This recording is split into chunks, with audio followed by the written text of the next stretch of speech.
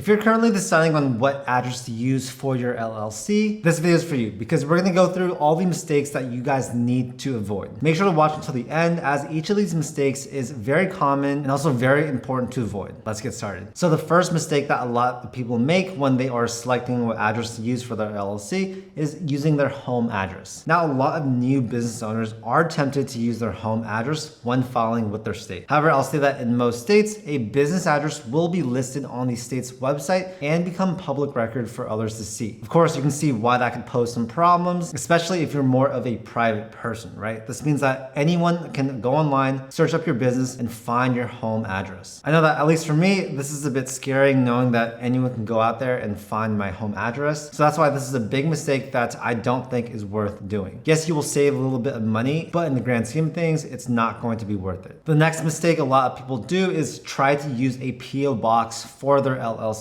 address. Yes, a lot of states do allow you to use a PO box address instead of, any type of other address. But I will say that there are some states out there that actually don't allow you to use a PO box. In addition, PO box addresses can make it difficult to obtain an EIN number. This is a number that you're going to need to have in order to file your business taxes. And yeah, the IRS just usually doesn't permit PO boxes as your business address. They're a little bit less reliable. And another thing that a lot of people don't think about is that a PO box as your business address does not look credible to your customers and clients. So if a potential client looks up your business and they see that your business address is a PO box address, they may be less inclined to actually work with your company. Now, the next thing is not really a mistake, but if you guys are trying to use a physical address, one that is not a PO box, there are definitely some things that you should know. I'll say that this is a great option for business owners that must run the company from a physical location. If you guys are paying rent and have a physical location, then that's automatically going to be your physical address, and you don't need to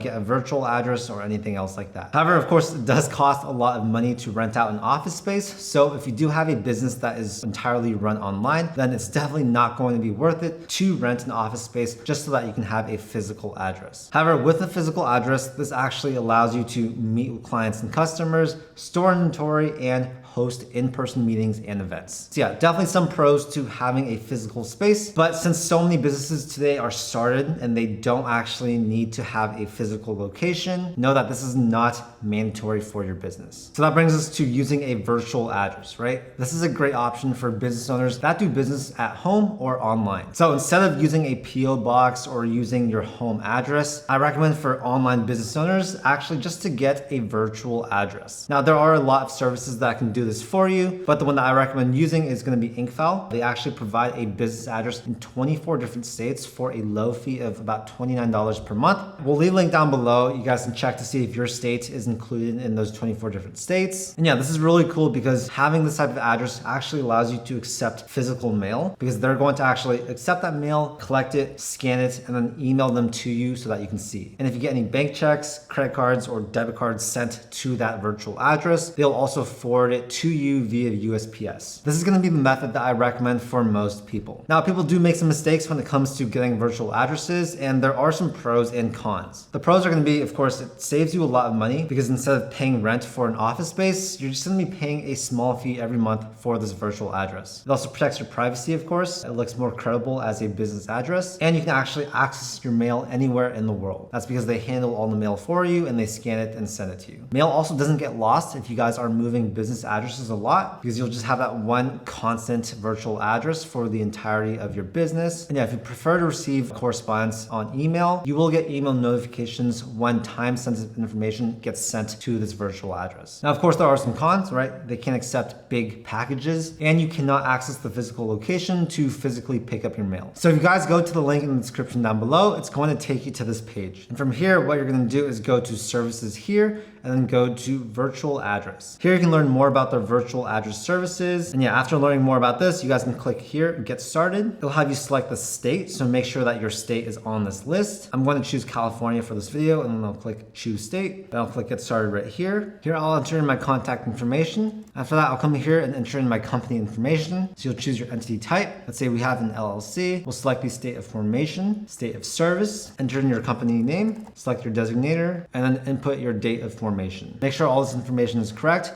And you can move down here to company address information. They'll ask, would you like us to notify the states of the update to your business address? This is something that you guys will need to do on the statement of information. So if you want them to do that, you guys can actually click yes. For this video, I'll just click yes right here and click next. After that, it's gonna have you enter the member information for your business. So you select the number of members, enter in the address for the one individual. And then here you're gonna enter in your billing information. And finally, your credit card info. You'll then check this box and then click complete and pay.